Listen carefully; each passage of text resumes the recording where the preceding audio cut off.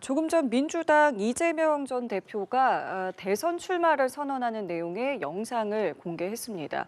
그리고 국민의힘 한동훈 전 대표는 오늘 오후 국회 앞에서 출마 선언을 할 예정인데요. 네, 관련 내용 포함한 정치권 이슈들 이종근 시사평론가, 김성환 시사평론가와 함께 짚어보겠습니다. 두 분 어서 오십시오. 안녕하세요. 안녕하십니까. 예, 두 분 오시기 전에 민주당 이재명 전 대표의 대선 출마 영상이 공개됐고요. 또 국민의힘도 경선 룰을 확정을 했습니다. 이제 조기 대선을 앞두고 각 당 모두 굉장히 빠르게 움직이고 있는데요. 먼저 이재명 전 대표의 출마 선언부터 두 분께 좀 여쭤보겠습니다. 영상을 미리 준비를 해서 한 10분 정도 분량으로 이제 공개를 했습니다. 내용 좀 어떻게 보셨습니까? 일단 내용적인 측면에서는 현실 인식, 그러니까 현재의 그러니까 내란 사태 이후에 이 전국의 원인을 경제, 그러니까 부의 편제다. 예. 양극화 때문이라고 진단을 하고, 그 양극화를 해결하기 위한 방안으로 국가 주도의 투자를 해서 K 이니셔티브, 그러니까 우리가 이 역사적으로 계속 어떤 모멘텀을 가져왔던 것을 하나의 우리 자랑스럽게 생각을 하고 그걸 브랜드화해서 이번에도 그렇게 국가 주도의 투자를 통해서 모멘텀을 갖겠다라는 내용으로 읽힙니다. 평을 한다면 일단 이 성장에 초점을 맞춘 점은 저는 평가하고 싶습니다. 역대 이 민주당의 후보들이 초점을 맞춘 건, 그러니까 양극화라는 그런 그 진단은 계속 되어 왔는데, 문재인 대통령 때도 문재인 후보도, 그런데 그 진단을 그 당시에서는 소득주도 성장이 있지만 그러나 분배에 초점을 맞춘 그런 그 성장을 말을 해왔는데, 좀 더 적극적으로 투자에 의한 성장이라고 표현한 건 민주당 후보의 어떤 그런 정책적인 그런 이 출마 선언에서는 볼 수 없었던 초점이다라고 평가를 하고 싶습니다. 그런데 그 해법 자체가 국가 주도가 과연 지금 맞느냐. 그러니까 이 코로나19 이후에 굉장히 방만한 그런 국가 재정으로 말미암아 일본, 미국 할 것 없이 전 세계가 어떻게든 이 유동성을 다시 다시 확보를 해야 되고, 국가가 다시 그것을 끌어들여야 되고 하면서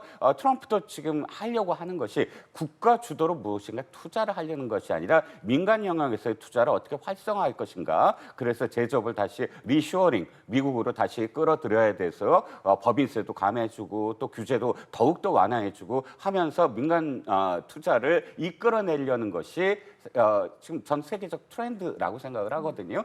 그런데 여기서 국가 주도를 해서 투자를 하는 것이 과연 옳은 방법인가에 대한 어떤 의문점은 남습니다. 하지만 그래도 평가하고 싶은 건 성장이라는 것에 대해서 앞으로 이제 국민의힘 후보하고 논쟁을 벌일 수 있는, 정책적 논쟁을 벌일 수 있는 그런 여지가 생겼다라고 생각을 합니다. 사실 이재명 전 대표의 출마를 앞두고 언제 어디서 어떤 방식으로 어떤 내용을 할지 사실 많은 관심이었는데, 일단 형식적인 측면 좀 잠시 뒤에 여쭤보겠고요. 내용에 관해서 일단은 진단은 좋았는데 이게 국가 주도로 할 것인가에 대해서는 조금 갸웃한다라는 말씀을 하셨습니다. 내용 어떻게 좀 보셨습니까? 아마 저렇게 내용에 대한 논란이 일 것에 대한 준비를 하는 차원에서 이런 영상을 공개한 것 같지는 않아요. 그러니까 이재명 대표는 이번 영상을 통해서 일종의 준비된 대통령에 대한 이미지를 심어주고 싶었다, 그렇게 생각해요. 그러니까 형식적인 건 좀 이따 얘기하더라도요. 그러니까 메시지 자체를 굉장히 간결하게 만들려고 노력했던 것 같고요. 그리고 그동안에 이재명 대표가 내놨던, 예를 들면 먹사니즘, 실용주의 이런 부분들에 대해서 아주 분명하게 유권자들, 국민들한테 다가갈 수 있도록 하는 방법을 좀 취한 것이 아닌가 싶고요. 또 그런 면에서 지금 내란 사태에 대해서 불안감을 갖는 국민들이 굉장히 많기 때문에 그런 면에서 안정감을 주려고 굉장히 노력하지 않았나 싶고요. 특히 경제 문제에 대한 국민들의 불안감이 굉장히 큰 상황이기 때문에 경제 정책을 추진하는 데 있어서 뭔가 비전을 주길 바라는 국민들이 굉장히 많거든요. 그래서 일종의 국민들의 먹고 사는 문제를 해결하겠다고 하는 먹사니즘을 내세운다거나, 또 한국의 성장 동력이 떨어지고 있다. 특히 이제 반도체의 경쟁이 좀 치열하게 진행이 되고 인공지능에서 우리가 기술에서 뒤처지는 것 아니냐라고 하는 국민들의 불안감이 있는데, 그런 부분에서 첨단 기술 개발에 국가가 적극적으로 투자하고 개발할 수 있도록 돕겠다라는 점을 좀 강조한 것이 아닌가 싶어요. 근데 이 부분에 대해서 이제 말씀하셨지만 국가가 어디까지 얼마큼 해야 될 것이냐, 그럼 그 재정을 어떻게 투여할 것이냐, 이런 부분들은 만약에 대선 출마 선언을 텍스트로 했다고 하면은 여러 가지 많은 내용들이 들어갔을 가능성이 있거든요. 뒤따르는 논란들이 더 많이 생겼을 가능성이 있는데 이 정도 가지고 논란을 제기하기는 전 좀 쉽지 않아 보여요. 그러니까 애초에 영상을 만들 때 그런 논란을 만드는 방식의 영상을 제작한 것이 아니고 국민들한테 이런 면에서 국가가 뭔가 책임지고 하겠습니다라고 하는 이미지를 굉장히 안정감 있게 주려고 했던 그런 영상이 아니었나 싶습니다. 예, 두 분께 내용에 대해서 좀 여쭤봤고 이제 형식에 대해서 좀 이야기를 나눠볼 텐데 지금 후보들이 어떠한 방식으로 어디서 또 출마 선언하는지도 굉장히 관심이 쏠리고 있는 상황이고 이 전 대표도 마찬가지였습니다. 오늘 앞서 저희가 함께 보신 것처럼 다큐멘터리 형식의 영상으로 대선 출마 선언을 했습니다. 약 10분 정도의 분량이었고요. 그 형식에 대해서는 좀 어떤 의미를 저희가 둬야겠습니까? 일단 비디오 시대잖아요. 예. 지금 어느 공간에서 한다라는 건 굉장히 아날로그예요. 보통은 뭐 청계광장에서 한다, 이순신 동상에서 한다, 국회에서 한다라는 건 그 뒷 배경에 서사를 자기가 갖고 오는 거거든요. 그런데 그러면 그 공간 자체는 사실상 그렇게 신선하진 않아요. 예를 들어서 옛날에 누가 어디서 했다라는 건 늘 되풀이되어 왔는데 지금 이렇게 영상으로 만든다는 건 이 비디오 시대에서 또 SNS 시대에서 저것을 잘라서 편집해서 밈으로 만들거나 또는 공유하기 굉장히 편한 어떤 형식이고요. 두 번째는 굉장히 공을 들였다라고 생각을 합니다. 디테일이 굉장히 눈에 들어오는데 일단은 이재명 대표가 굉장히 센 캐릭터잖아요. 그리고 포비아라는 말이 붙어요. 일단 이재명 대통령이 되면 이러이러한 돼서 굉장히 두려운 지점이 있을 것이다. 이런 이재명 포비아라는 일부의 어떤 비판을 의식해서인지 굉장히 색깔을 다 죽였어요. 전체적으로 어떤 배경도 무채색이고 또 옷도 저렇게 보시면 알겠지만 뒷 배경과 비슷한 어떤 색깔이에요. 무채색을 많이 무채색으로 활용했다는 해서 스웨터를 입고 또 바라보는 어떤 컷도 정면 컷이 아니라 쿼터 컷이에요. 그 정면이 뭐랄까 조금 이재명 대표의 센 느낌이 다가오게 만들거든요. 그러면 이렇게 옆 측면으로 주로 이렇게 바라보게 하고 하면서 톤도 굉장히 낮은 어떤 톤으로 말씀하셨던 그런 간결하게 이렇게 조곤조곤 이야기하는 그런 내용으로 논란을 일으키려고 한다기보다는 자신의 이미지를 어떤 보완하는 어떤 측면이 강했고 하는 말씀을 더 드리면 뒷장면에서 이건 무슨 뮤직비디오 보는 것 같다라고 생각을 했어요. 예를 들어서 뭐 손흥민 선수나 우리 국가대표에서 국가대표 선수들이 딱 경기장에 나갈 때 뒷모습으로 해서 경기장에 확 진입하는 모습으로 그 카메라 워크가 되거든요. 그런데 보시면 알겠지만 이재명 대표가 국회 들어가는 장면, 집회 나가는 장면 이런 장면들마다 뒤에 그 카메라의 뒤로 따라가면서 이재명 대표의 시선으로 다가오는 어떤 공간들, 만남들 뭐 이런 장면들은 이 출마 선언의 어떤 이 이미지라기보다는 그야말로 이재명 대표의 어떤 또 다른 이미지 그리고 앞으로 전진하는 이미지 이런 걸 보여주는 굉장히 실력 있는 그런 작품이 아니었나라고 생각을 합니다. 말씀해 주신 부분을 보면 일단 현장 공간이 주는 서사는 좀 차별화된 방식을 택했고 또 이재명 전 대표의 기존의 이미지를 보완하려고 하는 모습이 담겼다라고 해주셨거든요. 네, 저도 동의하십니까? 전체적으로 그렇게 보는데요. 대통령상이라고 하는 좌표를 바꾸려고 했다 이렇게 전 정리하고 싶은데요. 그러니까 높이와 거리를 바꾸려고 했다고 생각하는 거예요. 그러니까 높이는 권위라고 하는 거거든요. 그러니까 지금 어떤 특정한 장소에 가서 장소의 상징성을 활용할 때 대부분 세종대왕상을 뒤에 둔다거나 이순신 장군을 둔단 말이에요.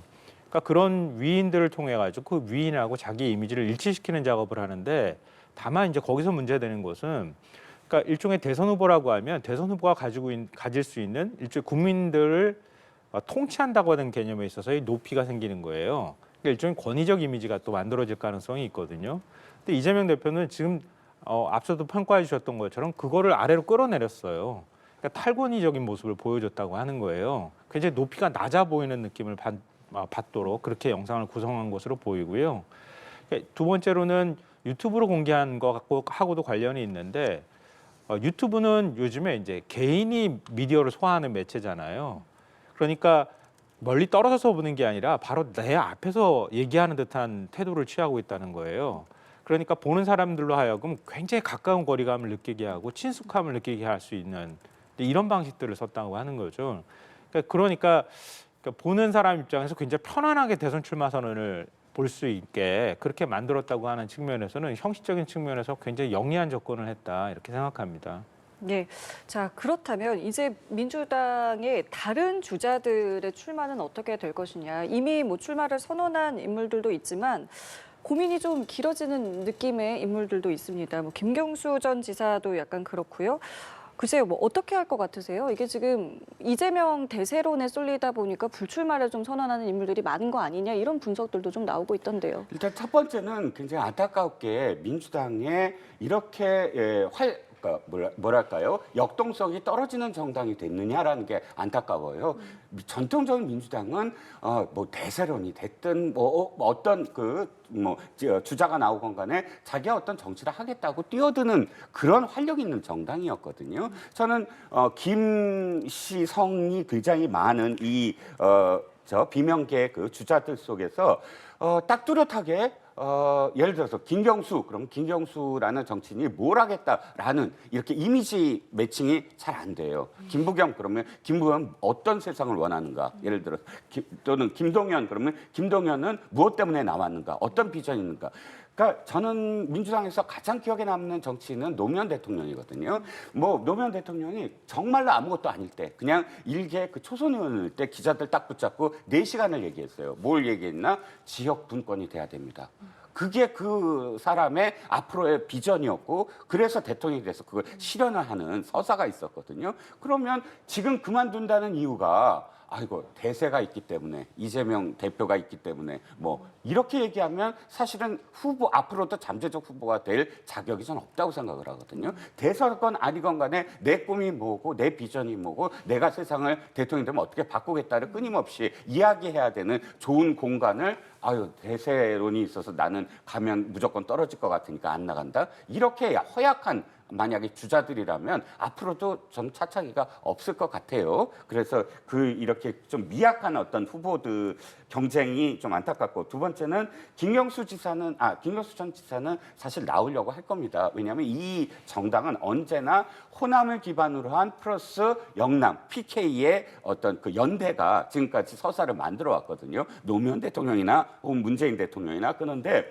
지금 그 이재명 후보가 왜 지난번에 안 됐느냐가 이재명 후보가 갖고 있는 호남 위에의 확장성이 애매했어요. TK 출신이라고 하지만 TK를 이렇게 표를 갈라먹을 수 있다거나 경기도 지사지만 물론 경기도는 굉장히 이재명 지사한테 유리한 그런 지형이긴 하지만 그럼에도 불구하고 플러스 알파, 호남 위에 플러스 알파가 애매한 부분이 있거든요. 그러면 지금까지의 어떤 그 승리 공식, 호남 플러스 PK 이것이 앞으로 그러니까 이 민주당이 어떻게 그런 전통을 이어갈 건가에 대한 고민이 김경수 지사한테는 저는 있다고 생각을 해요. 그래서 김동연 지사하고도 만났던 것 같고 그런데 결국은 김동연 지사나 김경수 전 지사 중에 한 사람은 확실히 나와서 저는 이재명 후보하고 정말 제대로 된 어떤 그런 그 경선을 해야 되지 않을까 민주당의 미래를 위해서라도 그렇게 생각합니다. 다른 주자들의 움직임에 대해서는 지금 어떻게 좀 보고 계세요?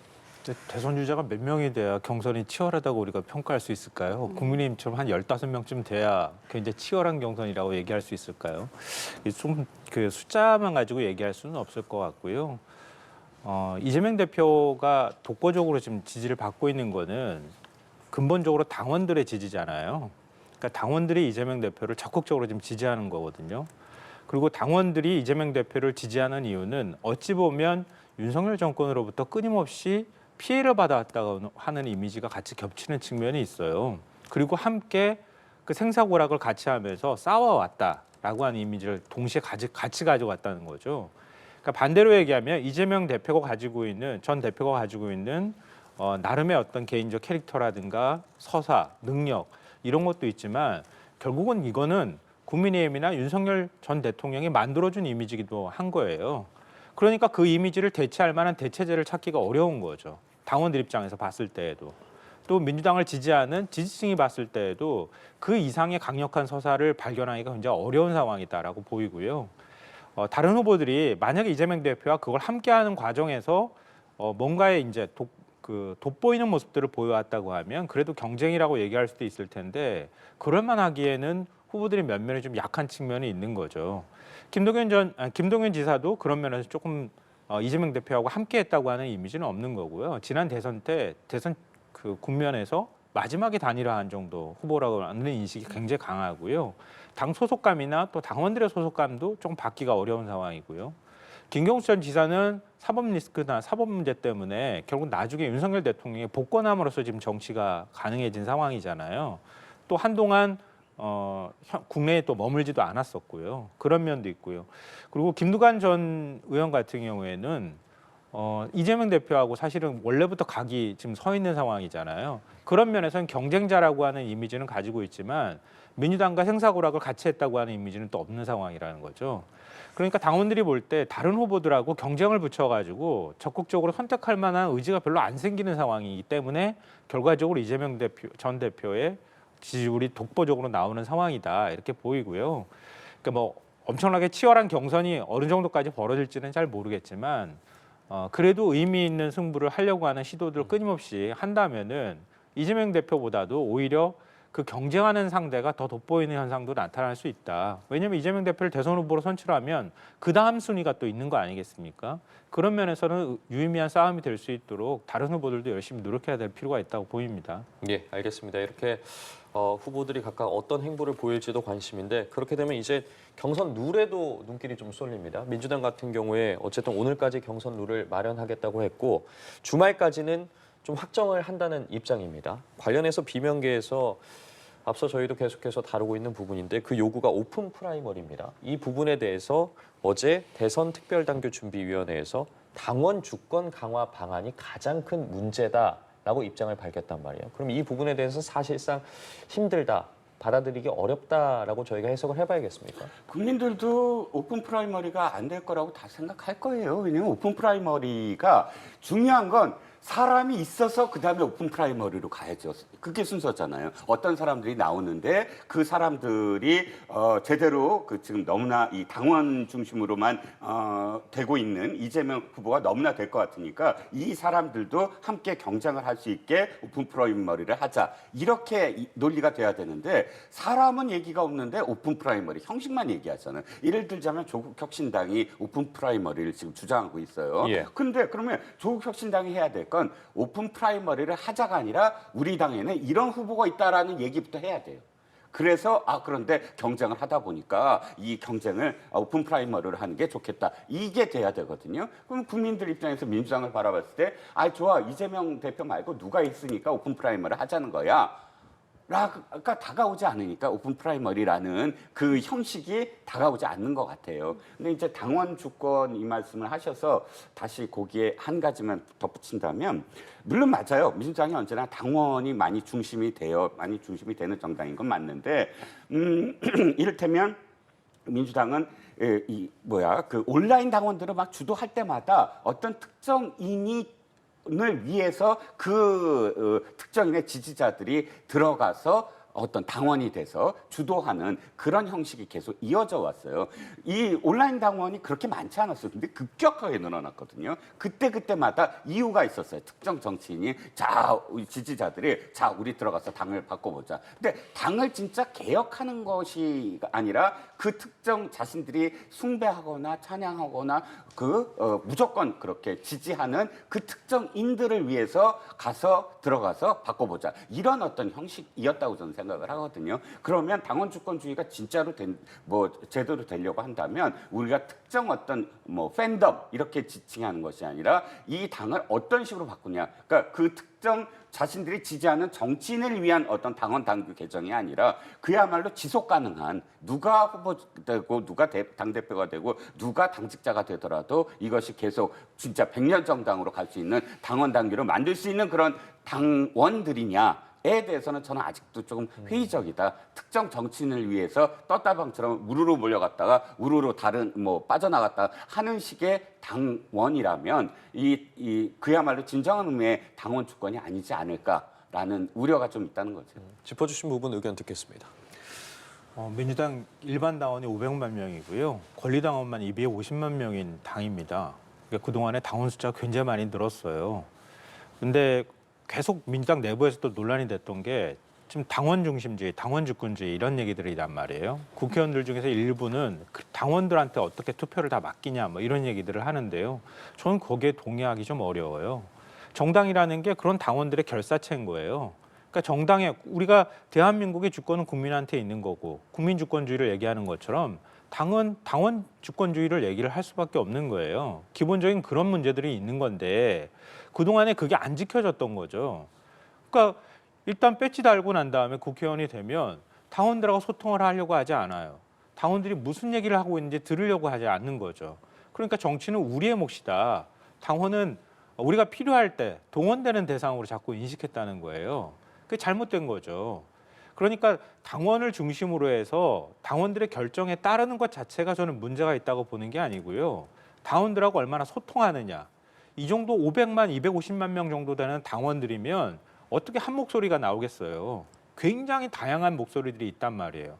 그걸 어떻게 수렴해 가려고 당이 노력하느냐. 그러다 보면 자연스럽게 국민 여론하고 이렇게 일치되는 현상이 나타날 수밖에 없다는 거예요. 하다못해 10명 모아서 얘기 듣는다 하더라도 다 얘기가 다른데 250만 명 모아서 얘기를 들어보십시오. 결국 평균으로 수렴할 수밖에 없다는 거예요. 그러니까 대선 경선을 할 때 당원을 중심에 놓고 경선 룰을 만드는 것은 지극히 당연하다 이렇게 보고요. 지금 이제 오픈 프라이머리 얘기 나왔지만 그러니까 오픈 프라이머리가 야권을 한꺼번에 원샷 경선하듯이 조국혁신당이나 다른 정당들까지 들어와서 거기서 후보를 뽑자. 그런 취지에서 오픈 프라이머리가 자꾸 얘기되고 있는 건데요. 근데 지금 조기 대선이 치러지면서 기간이 너무 짧습니다. 지금 한 달도 안 남았거든요. 이 기간 안에 오픈 프라이머리를 통해서 한꺼번에 선출하는 것도 쉽지 않고요. 민주당 당원이 있고 조국혁신당 당원이 있고 다른 당의 당원들이 있는데 그 당원들의 의사를 어떻게 반영할 거냐. 이것도 마땅히 만들 방법이 없어요. 그러니까 결국은 각 당에서 후보들을 선출해서 마지막에 단일화하는 형식, 단일화할 때 뭐 우리가 아름답다 이렇게 표현하는 것처럼 어떻게 가치들을 흡수해가면서 단일화할 것이냐. 그게 또 극한 경쟁으로 가지 않도록 상처 주지 않는 방식으로 단일화할 방법이 뭐냐.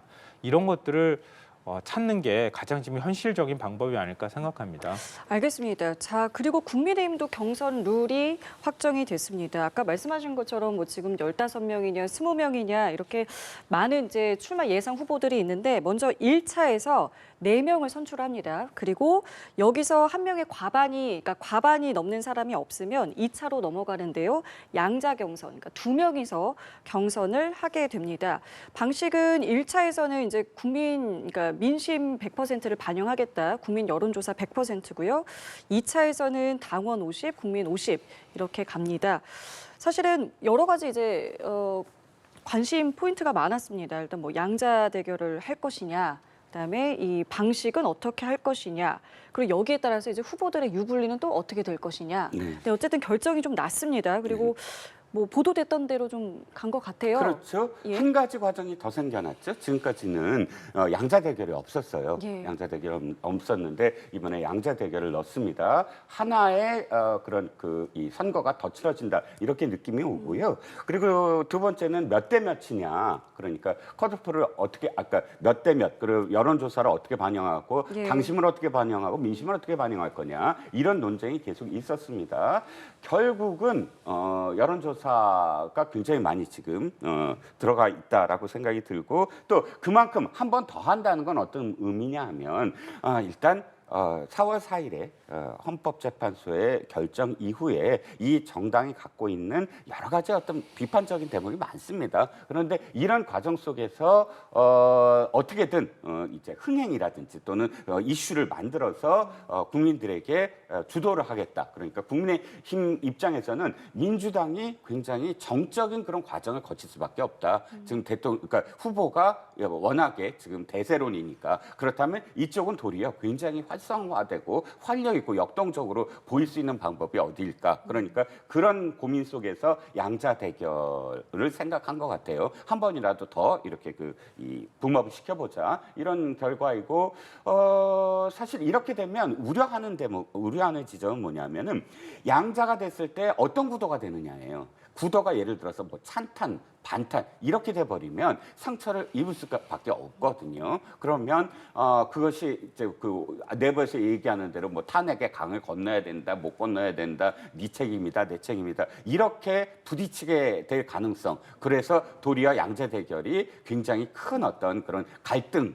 을 일으키는 어떤 상황이 되지 않을까 하는 걱정 속에서 그냥 예전대로 하는 게 어떠냐라는 의견이 있었는데 결국은 일장일단이 저는 있을 것 같아요. 뭐 어느 쪽이 무조건 옳다라고 생각하지 않고 또 강이든 바다든 건너야 되면 건너야 돼요. 그걸 회피하고 우회한다고 해서 국민들이 이 당은 뭐 개헌과 무관한 당이야 이렇게 판단 안 하거든요. 그러면 그걸 정면 돌파할 수 있는 후보를 선택을 할지 아니면 아니야 우리는 전통적인 어떤 지지층을 끌어안아야 돼라고 하는 후보가 될지는 이렇게 양자 대결 같은 구도 속에서 제대로 그 토론을 함으로써 사실은 그 강을 건널 수 있지 않을까 싶습니다. 말씀하신 것처럼 이 양자 대결이라는 게 경선 후유증을 또 낳기 때문에 우려의 목소리도 있었는데 국민의힘에서 조금 전에 발표하면서 이런 이야기했습니다. 국민적인 관심을 높이기 위해서는 2인 경선이 반드시 필요하다라고 생각을 했다고요. 어떻게 보세요? 일단 지금은 국민의힘은 계엄에 대한 그러니까 윤석열 전 대통령 파면에 대한 책임에서 벗어나기 어려운 상황이잖아요. 그러니까 그리고 또 그 이후에 뭐 자성하거나 성찰하거나 국민들께 사과하는 입장도 제대로 밝히지 않았다는 거죠. 이런 상황에서 바로 대선을 들어가야 된다는 겁니다. 그러다 보니까 가라앉은 분위기를 어떤 방식으로든 띄우려고 띄워야 되겠다고 하는 그런 목표가 있을 수밖에 없는 것 같고요. 그 과정에서 후보들도 지금 굉장히 난립하고 있는 상황이잖아요. 뭐 광역단체장 가운데 8명인가 뭐 출마 의사를 갖고 있거나 출마했다 이런 얘기도 지금 나오고 있는 상황이라는 거예요. 그러면 기존의 후보들하고 합쳤을 때 1차 경선이 뭐 엿새 뒤에 경선 결과가 나온다고 얘기를 하는데 뭐 경선이 채 붙기도 전에 그냥 1차로 추려버리는 상황이 되는 거잖아요. 근데 그러면은 오히려 후보들 간에 좀 더 경쟁을 벌이기 어려운 상황으로 가는 거 아닌가? 뭐 이런 그 생각도 한편으로 좀 갖게 됩니다. 근데 어찌됐든 간에 국민의 입장에서는 그렇게 해서 후보를 4명으로 추리고 2명으로 추리는 과정들을 통해서 당이 가지고 있었던 계엄에 대한 책임론도 일부분 희석시키고 싶은 마음도 있을 거고요. 또 대선 후보들 간에 경쟁을 함으로써 국민의 시선들을 좀 빼앗아 와야 할 필요도 있는 거잖아요. 그런 면에서 좀 경쟁이 이루어질 수 있도록 하는 분위기를 만들어야 되겠다고 하는 목표를 이번 경선 룰에 좀 집어넣은 것 같은데 다만 이제 조금 아쉽다. 국민의힘 상황에 비춰봤을 때 아쉽다고 생각하는 부분은 그러니까 지금 주류라고 할 수 있는 그 후보들 말고 그렇지 않은 후보들의 경우에 100% 국민 여론을 얘기를 해왔단 말이에요. 거기서 가져올 수 있는 좀 뭐라 그럴까요? 우리가 생각하지 못하는 이변 이런 것들이 참 있을 수 있는 여지가 있단 말이에요. 근데 이런 경선 룰은 이변을 만들기가 매우 어렵죠. 왜냐하면 당원 50%의 그 여론 비율이 계속 반영이 될 수밖에 없잖아요. 그러니까 여론에서는 이겨도 당심에서 계속 지는 현상이 나오는 후보들이 있을 가능성이 높아요. 그러니까 오히려 그런 면에서는 여론을 더 높이는 게 현재 국민의힘 입장에서는 더 나을 뻔했다라는 아쉬움도 듭니다. 지금 어쨌든 이제 국민의힘에서 경선 룰을 발표를 하게 됐고 이제 각 후보들도 그 룰과 관련해서 유불리를 따지게 되지 않겠습니까? 뭐 각자 저마다의 생각이 있을 텐데 오늘 오후에 이제 한동훈 전 대표가 출마 선언을 합니다. 장소는 국회고요. 지금 경선에서 한동훈 전 대표가 만약에 1차 경선을 통과한다고 했을 때 2차 경선부터는 저희가 이야기 나눈 것처럼 50%가 이제 선거인단 투표, 이제 당원들의 마음이 반영이 되지 않겠습니까? 한 전 대표가 지금 발표된 이 선거 룰과 관련해서 2차 경선부터 만약에 통과를 한다고 했을 때 어떤 생각을 가지고 있을까요? 그 각각 후보들마다 유불리에 대해서는 좀 어떻게 바라보고 계세요? 일단 한동훈 대표 측에서는 양자 대결을 처음에 좀 반대하는 기류가 좀 있었던 것 같아요. 그러니까 양자 대결을 했을 때 아까도 말씀을 드렸지만 찬탄 반탄 쪽으로 갈 확률이 크고 그렇게 된다고 한다면 기존 당원들에게 소구하려고 하는 그러니까 찬탄 그러니까 반탄 쪽 이 후보가 굉장히 공격적으로 한동훈 후보가 만약에 2인 중에 한 사람이 된다고 한다면 공격적으로 책임론과 배신자론.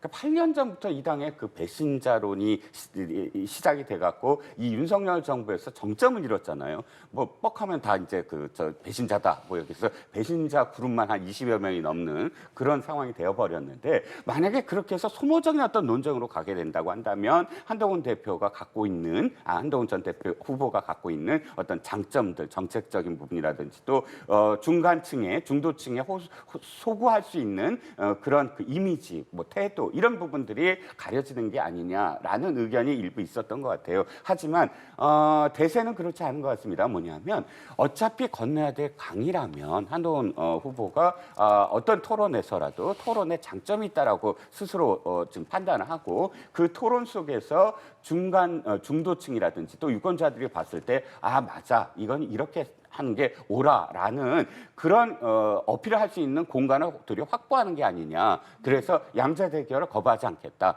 양자 대결도 괜찮다라는 의견을 갖고 있어서 저는 뭐 특별히 한동훈 후보가 물론 양자 대결까지 가는 걸 전제로 해서 말씀을 드립니다만 예. 특별히 반대하지는 않았던 걸로 봅니다.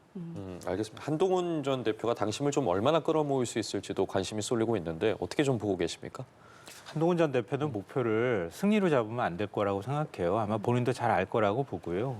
패배를 해도 의미 있게 패배하는 길을 선택하는 게 현재로서는 맞는 거 아닌가 싶어요. 왜냐하면 탄핵 국면을 거치면서 일종의 왜 이런 현상이 나오는지 모르겠는데 윤석열 대통령이 계엄을 선포한 이유가 한동훈 때문이다. 이런 논리적 귀결이 자꾸 간단 말이에요. 그리고 탄핵 소추안에 결국은 찬성함으로써 자신의 당이 배출한 대통령이 결국은 파면되는 사태까지 이르렀다.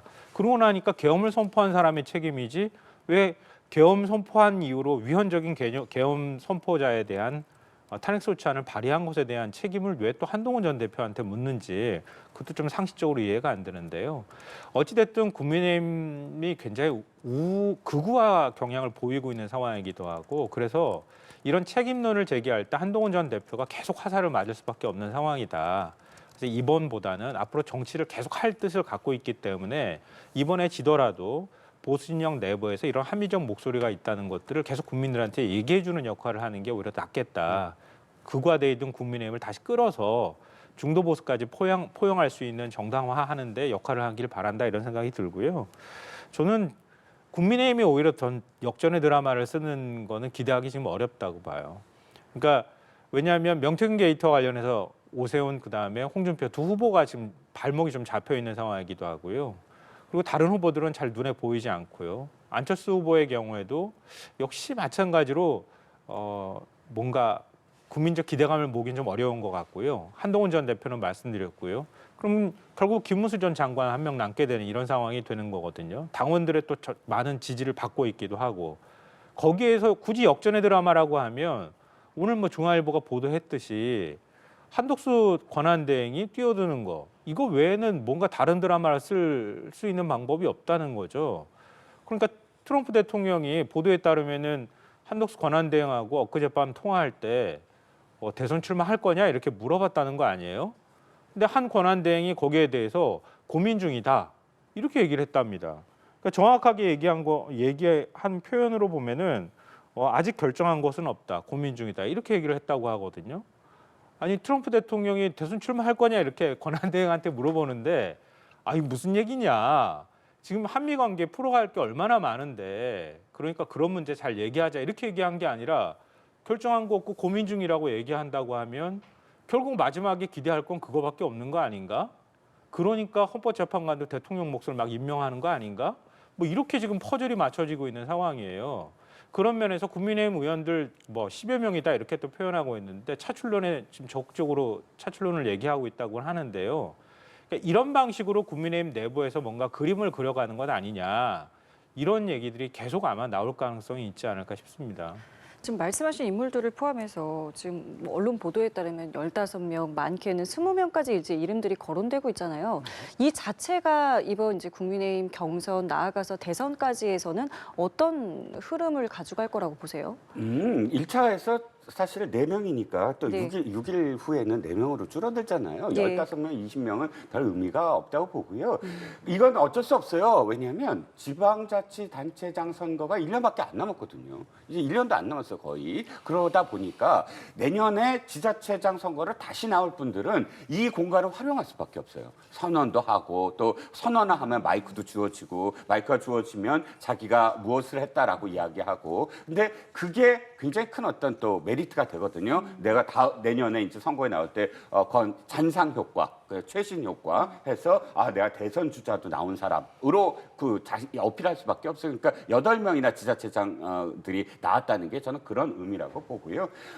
또 한 가지는 8년 전과 조금 다른 게 8년 전에는 무조건 죄인, 무조건 잘못됐어, 무조건 패배, 뭐 이런 식의 패배 의식이 굉장히 그 당시 자유한국당에 있었던 반면에 그래서 이제 지자체장이라든지 다른 어떤 후보들이 많지 않았고 또 바른미래당이라든지 국민의당이라는 안철수 또 유승민 후보들이 있었어요. 그러다 보니까 뭐 자유한국당에 또 다른 어떤 그런 주자들이 나오지 못하는 공간이었고요. 뭐 여러 가지 어떤 이유들이 있겠죠. 이유들이 있고 그런데 그럼에도 불구하고 어찌됐든 저는 그 양쪽의 어떤 분위기, 즉 활력이라는 측면, 그리고 역동적이라는 측면, 그리고 패배를 딛고 그 다시 보수가 결집하는 측면, 이런 측면에서는 현재 분위기, 그러니까 사람들이 많이 나오고 하는 분위기가 나쁘지 않다. 뭐 그것을 뭐 15명이 나왔다고 왜 지금 대통령이 지금 그렇게 파면됐는데 여기는 그 자기 정치만 하느냐 이렇게 바라볼 건 아니다라는 생각입니다. 어떻게 생각하세요? 저는 좀 말씀에 동의하기가 어려운데요. 광역단체장 12명이 국민의힘 소속이거든요. 그중에 8명이 지금 대선에 나오겠다고 얘기를 합니다. 그러면은 그 지역 주민들은 뭐가 되는 겁니까? 이게 이런 경우가 한 번도 없었다는 거 아닙니까?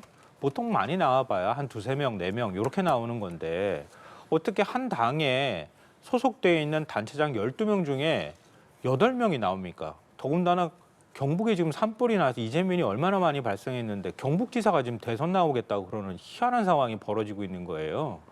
이건 당의 중심이 없다는 뜻이에요. 또 이걸 규율하거나 정리할 수 있는 능력이 리더십이 있는 지도부가 없다는 뜻입니다. 그러니까 각자도 생각하겠다는 뜻이에요. 이게 과연 이렇게 후보들이 많이 나와서 역동성을 만들 수 있는 문제인가? 여기에 대해서 저는 근본적인 회의를 갖고 있고요. 다른 후보들이 나온다 하더라도 결국 거기에서 역동성이라고 하는 거는 질적인 측면도 있기는 하지만 국민들이 바라볼 때 뭔가 경쟁할 만한 상황이 된다고 이해가 돼야 되잖아요. 근데 지금 석방된 윤석열 전 대통령이 그냥 버젓이 뒤에 머무르고 있고 그 대통령 지지세 눈치 보면서 대통령하고 관계도 단절도 못하고 이런 상황에서 대선을 지금 치르겠다는 거 아닙니까? 그러니까 결국은 각자 자기들의 이익을 위해서 차기 당권을 위해서 자신이 다음번 지방선거 때 나올 때 한 줄 1억 넣기 위해서 이런 식으로 지금 출마 선언을 하고 있다는 뜻이잖아요. 이거는 그렇게 바람직한 모습도 아니고 결국은 거기에서 흥행이 만들어질 가능성도 좀 별로 없어 보입니다.